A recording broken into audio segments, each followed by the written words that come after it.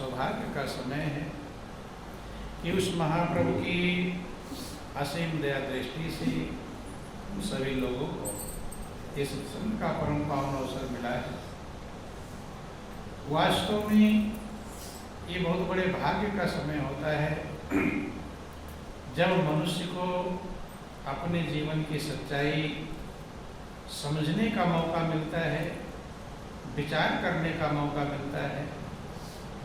तो परमात्मा की विशेष कृपा समझनी चाहिए, विशेष दया समझनी चाहिए कि आज हमारे ऊपर प्रभु ने विशेष अनुकंपा किया है, कृपा किया है कि हम संसार की कुछ सच्चाई को समझ सकें। क्योंकि इस संसार में आकर के जीव अज्ञानता के कारण माया के जाल में फंस जाता है, लक्ष्य भूल जाता है, और जब लक्ष्य भटक जाता है, कोई भी अपने रास्ते से भटक जाए तो शांति पाएगा कि बेचैनी क्या पाता है? बेचैनी ही पाता है। ऐसे ही हम लोगों को जो अनमोल मनुष्य का चोला मिला है, आप सभी लोग सुनते रहते हैं कि देव दुर्लभ है, देवताओं को भी दुर्लभ है। देवता तरसते हैं, बड़े भाग्य मानुष तन पावा, सुर दुर्लभ सब ग्रंथन गावा। ये बात बार बार लोग सुनते रहते हैं, लेकिन क्या ये बात मन समझ पाता है कि मुझे जो जिंदगी मिली है ये देव सही में देव दुर्लभ है? सही में क्या लगता है? ये सही में लग पाता नहीं। सही में लगता है कि देवताओं को दुर्लभ जिंदगी मुझे मिली हुई। कारण क्या होता है? इस जिंदगी का रहस्य, राज और आनंद हम प्राप्त नहीं कर पाते। जो पाना चाहिए था, जो इसकी कीमत है, उसे प्राप्त नहीं कर पाते और माया की भूल भुलैया में ही फंसे रह जाते हैं। क्या होते हैं? फंसे रह जाते हैं। फंसे रहने के कारण जीव उस सच्चाई को समझ नहीं पाता। शास्त्र पुराण भी कहते हैं और हमेशा महापुरुषों ने ये समझाया कि आपका जीवन आनंद का भंडार है, शांति का स्रोत है, सुखों का मूल है। सब महापुरुष समझाते हैं, लेकिन जीव उस आनंद को प्राप्त कर पाता नहीं और धीरे धीरे जिंदगी गंवा देता है। कारण क्या होता है? कारण मात्र एक होता है कि ये सत्य को असत्य और असत्य को सत्य समझ लेता है। जो सही में सत्य है उसे सत्य समझ पाता नहीं है, और जो असत्य है उसे सत्य समझ लेता है। और जब हम कुछ का कुछ समझेंगे, जाना है इस रास्ते पर और दूसरे रास्ते को समझ जाएंगे कि ये वाला रास्ता है, और दूसरे रास्ते पर अगर चल देंगे तो उस रास्ते पर चलते चलते जब ही हमें समझ में आएगा तब पश्चाताप करेंगे। क्या करेंगे? पश्चाताप करेंगे कि इस रास्ते पर हम क्यों आ गए। ऐसे जीवन की व्यवस्था है। जन्म जन्मांतर से हम इंतजार करते हैं कि हे प्रभु एक बार मुझे मनुष्य का जीवन दे दो, मनुष्य का चोला दे दो। प्रभु कृपा करके दे देते हैं, लेकिन बीच में माया का जाल भी मिलता है। क्या मिलता है? माया का जाल भी मिलता है। उसको पार करके जीव अपने मंजिल को प्राप्त कर पाता है। जैसे कोई भी कंपटीशन होता है, कोई भी नौकरी होती है, तो उसको पहुंचने के लिए, उसको प्राप्त करने के लिए बीच में क्या होता है? पहले टेस्ट होता है। ये वैसे नौकरी मिल जाती है। बोलो वृंदावन बिहारी लाल की जय। अगर टेस्ट में योग्य है, पास हो गया तो नौकरी मिल गई, और टेस्ट में नहीं पास हो पाया फिर नौकरी नहीं मिल पाती। ऐसे जिंदगी है। जिंदगी में सब कुछ मिलने वाला है, लेकिन बीच में हमारे माया का टेस्ट मिलता है। क्या मिलता है? माया का टेस्ट मिलता है, अर्थात असत्यता मिलती है पहले, और हम उसी को सत्य समझ लेते हैं। क्या समझ लेते हैं? सत्य। जैसे ऐसे समझ लेना, बोलो वृंदावन बिहारी लाल की। जैसे छोटे छोटे बच्चे फ्रूटी पीते हैं रस भरा होता है उस डब्बे में। अब उनको एक छोटी सी पाइप दे दिया जाता है, इसको उसमें डाल करके और रस पियो। तो उनके मुंह में क्या लगा हुआ है? पाइप लगा है, और उसके अंदर से रस आना है। तो पाइप में मिठास है कि जो डब्बे में रस भरा है उसमें मिठास है? मिठास किसमें है? जो रस भरा उसमें मिठास है। लेकिन बच्चा अगर उस पाइप को ये समझ ले कि इसी में मिठास है तो मिठास मिलेगी? मुंह में एकदम पाइप ही लगता है, लेकिन उस पाइप के माध्यम से क्या लेना होता है? उस रस को पीना होता है, उसमें मिठास है। लेकिन यही हाल हम लोगों का है। ये जो संसार है ये पाइप है। क्या है ये? पाइप। और मिठास कहाँ है? परमात्मा रूपी रस में मिठास है, लेकिन इस संसार में रहकर वो रस मिलेगा। संसार से चले जाएंगे तो रस मिलने वाला नहीं। लेकिन हमने क्या कर लिया? पाइप को ही मिठास समझ लिया, रस समझ लिया। ऐसे महापुरुष उदाहरण देते हैं कि जैसे कभी आपने देखा होगा, कुत्ता होता है ना, कुत्ता वो सूखी हड्डी चबाता है, चबाता है। आपको देखा है कड़ कड़ कड़ कड़ की आवाज भी आती है। तो क्या उस हड्डी में मिठास है? क्या रस है? फिर भी चबाता रहता है। क्यों चबाता है? उसमें मिठास तो मौजूद नहीं।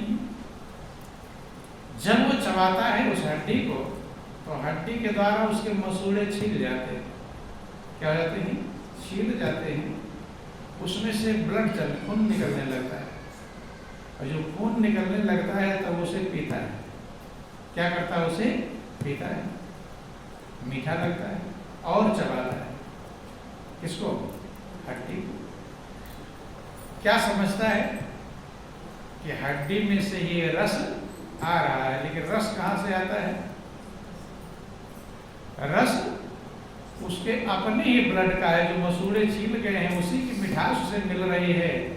लेकिन वो कुत्ता समझ लेता है, बस इधर हो जा, कहाँ इस किनारे पर बोलो वृंदावन बिहारी लाल की जय, बोलो सब संतों की जय। अब जो है मिठास कहाँ से आ रहा है? अपनी ही खून की मिठास है, लेकिन क्या समझता है कि इस हड्डी में मिठास मिल रही है, और चलाता रहता मसूड़े से। यही हाल हम लोगों का है। हम कुछ का कुछ समझ लेते हैं, जिसे महापुरुष भ्रम कहते हैं। भ्रम माने धोखा, माया। उसी को माया भी कहते हैं, उसी को भ्रम कहते हैं, उसी को धोखा कहते हैं। जो दुनिया में आपको मिठास मिलती है, वास्तव में वो दुनिया की मिठास नहीं है। वो मिठास आपके अंदर की है। मिठास कहाँ से मिलती है? आपके अंदर की मिठास है। लेकिन हम क्या समझ ले? दुनिया में मिठास मौजूद है, और उसी के चक्कर में हम प्राप्त करने में लगे रहते हैं। मिठास आपके अंदर है। जैसे आपको खूब बुखार चढ़ जाए तो आपको अच्छे अच्छे व्यंजन अच्छे लगते हैं वैसे खाने में, लेकिन बुखार चढ़ जाए तब अच्छा लगेगा? एक से एक अच्छे व्यंजन ले आओ, अब अच्छा क्यों नहीं लग रहा है? अगर व्यंजन अच्छा होता तो आपको अब भी अच्छा लगता है। लेकिन आप सही रहेंगे तभी दुनिया की कोई चीज आपको अच्छी लगेगी। आपके अंदर का ही रस है, आपके अंदर का मिठास है, आत्म तत्व का मिठास है। लेकिन हम दुनिया में समझ लेते हैं कि दुनिया में वो मिठास मौजूद है, इसीलिए दुनिया में हम दौड़ते रहते हैं उस मिठास को पाने के लिए, उस आनंद को पाने के लिए, उस सुख को पाने के लिए। और जितना ही दौड़ते हैं उतना ही वो सुख दूर होता चला जाता, मिलता नहीं। क्योंकि खुद से दूर जा रहे हैं। किधर जाना था? मिठास कहाँ है? मिठास आपके अंदर है, आनंद आपके अंदर है, शांति आपके अंदर है, सुख आपके अंदर है। लेकिन उसे ढूंढने कहाँ जा रहे हैं? दुनिया के पदार्थ ढूंढ रहे हैं। और जो जितना दुनिया के पदार्थों की तरफ दौड़ता है वो उतना ही ज्यादा बेचैन रहेगा। बेचैन दिखाई पड़ते हैं कि नहीं दिखाई पड़ते? इतना दौड़ेंगे, जितना सोचेंगे दुनिया का ये मिल जाए, ये मिल जाए, ये मिल जाए, ये मिल जाए, उतना ही ज्यादा बेचैन रहेगा। मिले नहीं मिला है तो बेचैन, और मिल जाएगा तो और ज्यादा बेचैन। तो ध्यान देना, क्योंकि मिठास आपके अंदर है। बंधु, जो लोग लौट पड़े, लौटे हैं अपनी तरफ, अपने अंदर में आत्म सुख बिन मन होए के धीरा, आत्म सुख के बिना मन कभी आपका स्थिर नहीं हो पाता। इसलिए महापुरुष कहते हैं कि आपका जो निर्माण है, आपके शरीर का निर्माण 5 तत्वों से बना हुआ है। किससे बना है? 5 तत्वों से। भगवान राम ने जब बाली को बाण मारा, उसकी पत्नी तारा व्याकुल होगी और रोती बिलखती नाना विध विलाप कर तारा छोटे केस न दे संहारा, व्याकुल होकर रोती दौड़ी आई। भगवान राम ने जब बहुत व्याकुल देखा, तब उन्हें ज्ञान समझाया। किसको समझाया? ये पति की वियोग में बहुत व्याकुल है, सोच रही है पति में सुख मिलेगा, लेकिन वो सुख इसके अंदर ही मौजूद है। उन्होंने समझाया कि क्षिति जल पावक गगन समीरा, और पंच रचित अति अधम शरीरा, तारा बिकल देख रघुराया, दीन ज्ञान हर लीनी माया। माया का मतलब अज्ञानता। माया संस्कृत का शब्द है। माँ का मतलब नहीं, या का मतलब जो है नहीं लेकिन होने जैसा कार्य करे उसे कहते हैं माया। ऐसे संसार को महापुरुष माया कहते हैं, क्योंकि आज है कल बदल जाए, परिवर्तनशील बन। तो कहते तारा बिकल देख रघुराया, दीन ज्ञान हर लीनी माया। ज्ञान का मतलब सत्य, ज्ञान का मतलब परमात्मा, ज्ञान अखंड एक सीतावर, माया बस जीव सचराचर। परमात्मा को ही ज्ञान स्वरूप कहकर पुकारा गया। तो भगवान राम ने तारा को ज्ञान दिया, सत्य का ज्ञान कराया, सत्य से अवगत कराया, माया हर लिया। वे समझाते हैं कि क्षित जल पाव का गगन समीरा, और पंच रचित अति अधम शरीर।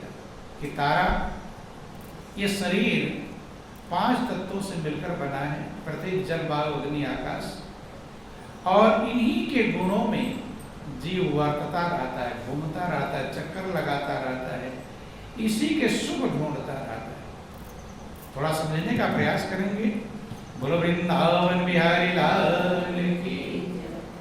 सबसे पहला तत्व है आकाश, और आकाश में एक गुण है शब्द का। कौन सा गुण है?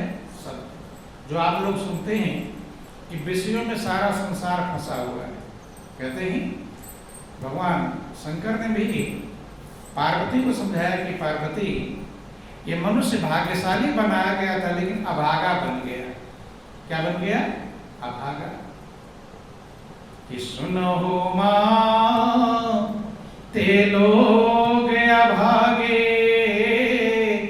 और हरि तजियो ही विषय अनुरागे। कि हे उमा, वे लोग अभागे हो गए, भाग्यशाली थे लेकिन अभागे हो गए। क्यों? हरि तजियो ही विषय अनुरागे। भगवान को छोड़ करके, सत्य को छोड़ करके विषयों के अनुरागी बन गए। किसके अनुरागी बन गए? विषयों। तो विषय लोग सुनते तो रहते हैं लेकिन समझ नहीं पाते विषय किसे कहते हैं। किसके अनुरागी बन गए? तो समझ लेना, विषय 5 प्रकार है। विषय के 5 रूप हैं। कितने रूप हैं जिन्हें हम विषय कहकर पुकारते हैं? पहला है शब्द, दूसरा स्पर्श, तीसरा है रूप, चौथा है रस, और 5वां है गंध। ये 5 विषय कहलाते हैं। क्या कहलाते हैं? 5 विषय। शब्द, स्पर्श, रूप, रस, गंध। और इन्हीं 5 विषयों में सारा संसार फंसा हुआ है। ये बंधन में बांधने वाले, यही जीव को सत्य से भटकाने वाले हैं, यही जीव को सत्य की तरफ जाने से रोकने वाले हैं। जो पंच विषय और इन्हीं के बस में जीव आकर जो लक्ष्य, परम लक्ष्य है, उस लक्ष्य को भूल जाता है और विषयों में फंस जाता है। तो सबसे पहला तत्व है आकाश। आकाश का गुण है शब्द। क्या गुण है? शब्द। आकाश में शब्द होता है, उसमें स्पर्श नहीं है। आप आकाश को स्पर्श नहीं कर सकते, ठीक है? तो इसलिए शब्द उसका गुण है। दूसरा तत्व है वायु। वायु के दो गुण हैं, शब्द और स्पर्श। वायु में शब्द भी है और स्पर्श भी है, वो स्पर्श भी करता है। हवा चलती तो आपको लगता है कि नहीं लगता? आकाश नहीं टच होता, ध्यान देना। तो वायु का दो गुण है, शब्द और स्पर्श। और तीसरा तत्व है अग्नि। अग्नि में तीन गुण है, शब्द भी है, स्पर्श भी है और रूप भी है। वायु को आप देख नहीं सकते, रूप नहीं है उसका। आकाश को आप देख नहीं सकते, लेकिन अग्नि में तीन गुण है, शब्द, स्पर्श और रूप। अग्नि में शब्द भी है, स्पर्श भी आप उसे कर सकते हैं और उसको देख भी सकते हैं, रूप भी है। और चौथा तत्व है जल, जिसमें चार गुण हैं, शब्द, स्पर्श, रूप और रस। जल में एक गुण बढ़ गया, रस। और पांचवा तत्व है पृथ्वी, उसमें पांच गुण हैं, शब्द, स्पर्श, रूप, रस और गंध। ये पांचों गुण मौजूद हैं और इन्हीं को पांच विषय कहते हैं। इन तत्वों के जो गुण हैं, चूंकि शरीर उन्हीं तत्वों से मिलकर बना है, तो उनका गुण मौजूद रहेगा और वो विषय भी मौजूद रहते हैं, जिसे महापुरुष पंच विषय कहते हैं, शब्द, स्पर्श, रूप, रस, गंध। और यही पांच विषय जीव को इस माया के जाल में फंसा लेते हैं। जो आनंद स्वरूप परमात्मा है, शांति का स्रोत परमात्मा है, उधर जीव जा पाता नहीं है, वो इन्हीं विषयों में फंसा रह जाता है। विषय मिलते नहीं और परमात्मा तरफ खुद नहीं जाता, दोनों से चला जाता है। ये कभी मिलते नहीं। बोलो वृंदावन बिहारी लाल की जय। चूंकि ये फंसाने के लिए है। अब महापुरुषों ने उदाहरण दिया, मृग, मीन, पतंग, कुंजर, भ्रमर, एक दोष विनाश। उदाहरण दिया कि एक एक विषय है पशु पक्षियों के अंदर। उदाहरण दिया, मृग का मतलब हिरण होता है। क्या होता है? हिरण। वो शब्द का प्रेमी है। किसका प्रेमी है? हिरण को फंसाने वाले सुंदर बांसुरी और संगीत बजाते थे। तो जैसे सांप को आप देखे होंगे, हिरण को भले न देखे हों, सांप भी शब्द रूपी गुण का विषय का प्रेमी है। जब सांप बिल के अंदर छुपा रहता, सुरक्षित रहता है, वहां उसे कोई मार सकता नहीं है। लेकिन जब बीन बजाता है, सपेरा बीन बजाने वाला, तो शब्द का गुण उसके अंदर, शब्द का विषय आकर्षित करता है और सांप नाचता हुआ अपने बिल से निकल आता है और वो पकड़ा जाता है, पकड़ में आ जाता है। ये हिरण को भी फंसाने वाले सुंदर बंसी जो ही बजाते होंगे, तो हिरण के झुंड साथ में उस पर आते हैं और आकर के पकड़े जाते हैं। तो क्या सांप जिस बीन की धुन पर आया था, वो धुन मिल गया उसे? मिला नहीं, और सपेरे के पिटारे में जाकर बंद हो गया। जो आनंद से घूमता रहा, टहलता था, वो स्वतंत्रता, आजादी, वो सब खत्म हो गई। किसके चक्कर में? शब्द के चक्कर में। दूसरा स्पर्श। स्पर्श का उदाहरण दिया गया। हाथी को फंसाने वाले लोग पहले क्या करते थे कि जैसे किसी हाथनी की मौत हो गई, आज भी आप लोग देखते होंगे, अब तो इंजेक्शन इत्यादि चल गए, लेकिन पहले की व्यवस्थाएं थी, जैसे किसी भैंस का बच्चा मर गया तो उसके खाल को निकाल उसको भूस भर रख लेते थे, भर देते थे, और भैंस को दूध निकालने के लिए उसके बगल में खड़ा कर देते थे। समझ में आएगा?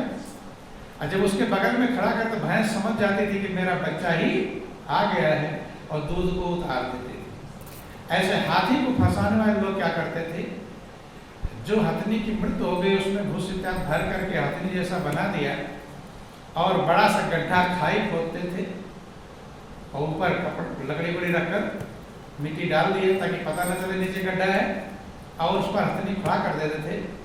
हाथी तेरा साथ कोई हथनी है। महापुरुषों ने वर्णन किया कि धोखे की हथनी लखी आयो गज ललचाय और खंदक माही गिर पड़ो लालच बुरी बलाय। उसके पास जैसे जाना लगता है तो बीच में खाई होती है, ऊपर मिट्टी डली होती है लकड़ी पकड़ी का। जब खाई में गिर जाता है तो कई दिन से भूखा रखते हैं, कमजोर पड़ जाता है, अब उस हाथी जंजीर में बांध लेते हैं। तो स्पर्श का सुख मिला नहीं और खाई में गिर पड़ा, बंद जंजीर में बंध गया। महापुरुष कहते हैं कि विषय धोखा है। धोखा क्यों कहते हैं कि मिलता नहीं और बंधन में बंधवा देते। तीसरा है रूप। क्या है? रूप। रूप का उदाहरण दिया पतंगे का। पतंगा सबका प्रैक्टिकल होगा। बरसात के दिन में लाइट जलाते हैं तो ना जाने कितने दूर से पतंगे। पतंगा किसका प्रेमी? रूप का प्रेमी, रूप के विषय का प्रेमी है। बहुत जंगलों में से दूर दूर जो पतंगा पेड़ की डालियों पर बैठा हुआ, घासों में बैठा घास खा रहा है, उस घास को खाना छोड़ देता है। क्या देख करके? लाइट को देख कर, उजाले को देख करके वहां से उड़ता हुआ चला आता है और उस लाइट के तरफ घूम घूम करके जलकर मर जाता। और सुबह आप झाड़ू लगाते हो, ढेर सारे पतंगे निकलते हैं। तो लाइट उसे मिल गई, मिला नहीं और जीवन खत्म कर दिया। विष्णु का उदाहरण दिया गया। शब्द, स्पर्श, रूप और रस। रस का उदाहरण दिया गया मछली का। मछली के फंसाने वाले लोग क्या करते हैं कि कभी आपने देखा तालाब किनारे बैठा हुआ मछली मारने वाला बैठा रहता है, एक लंबी सी डंडी और डंडे में उसमें धागा बांध के और धागे के आगे एक कांटा और कांटे के ऊपर क्या लगाता है? आटा। आटे से ढक देता कांटे को। ऐसे दुनिया है कांटा, लेकिन ऊपर क्या लगा हुआ है? आटा। आटे से ढका हुआ है, लेकिन जीव आटा देख लेता है, अंदर कांटा छिपा है, ये देख पाता नहीं। मछली क्या करती है? जब देखती है कि सुंदर आटा भोजन का, वो जो मछली मारने वाला दयालु थोड़ा है कि मछली भूखी होगी, कई दिन खाना नहीं पाई होगी, लाओ खिलाओ, ऐसा भाव नहीं। उसके फंसाने का भाव है। मछली आती है, बड़ी खुश होती है, कितना स्वादिष्ट भोजन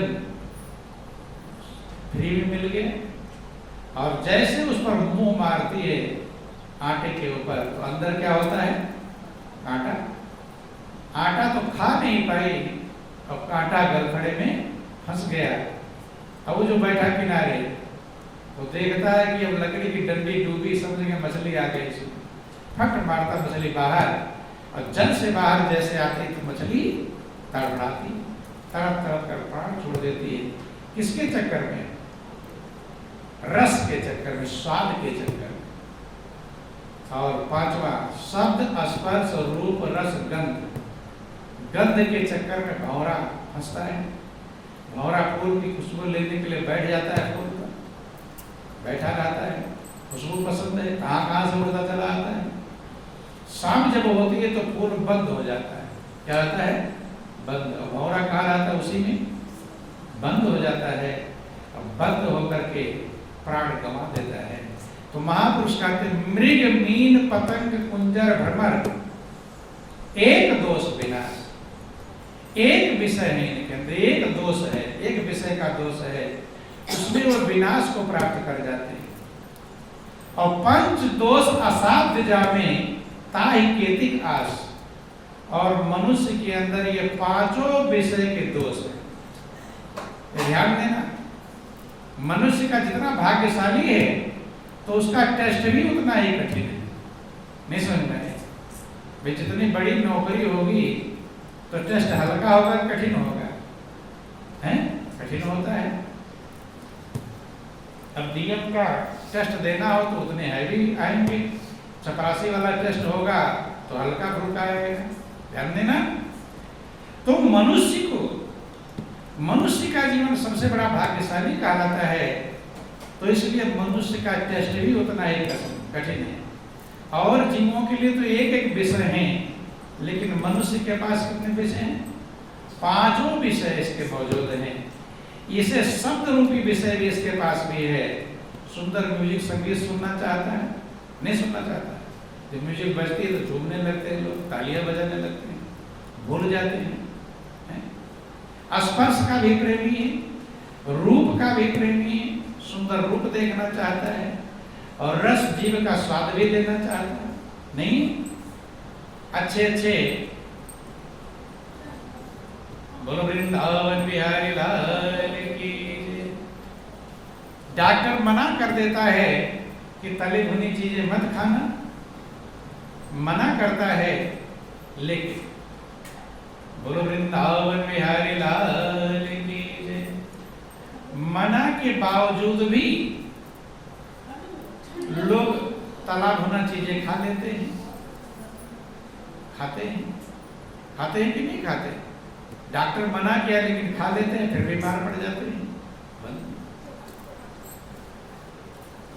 तो इसलिए रस का भी प्रेमी है और गंध का भी प्रेमी है। सुंदर सेंट पेंट सब डालते रहते हैं, किसके लिए? सुंदर सुगंध चाहिए, गंध चाहिए। तो महापुरुष कहते हैं पंच दोष असाध्य जामे ताहि केति कास। जब एक विषय के चक्कर में एक जीव फंस जाता है, तो जिसके अंदर 5 विषय मौजूद हैं उसकी आशा कितनी। इसलिए महापुरुष कहते हैं कि जीव इस संसार में आता है भाग्यशाली कहलाता है कि जग में आया नर तन पाया, भाग्य बड़े भारे, और मोह भुलाना कदर न जाना, रेत रतन डारे। तेरो जन्म मरण मिट जाए, हरि का नाम सुमर जाए। जग में आया नर तन पाया, भाग्य बड़े भारे, संसार में पैदा हुआ, मनुष्य का जीवन पाया, बहुत बड़े भाग्य हैं। लेकिन मोह भुलाना कदर न जाना, बहुत बड़ा भाग्यशाली बन गया था, लेकिन मोह में भूल गया और जिंदगी की कदर समझ नहीं पाया। रेत रतन डारे, रतन को कहाँ डाल दिया? रेत में डाल दिया, मिट्टी में डाल दिया। छोटा सा भजन सभी लोग दोहराएंगे। बोलो वृंदावन बिहारी लाल की जय। माँ पति माँ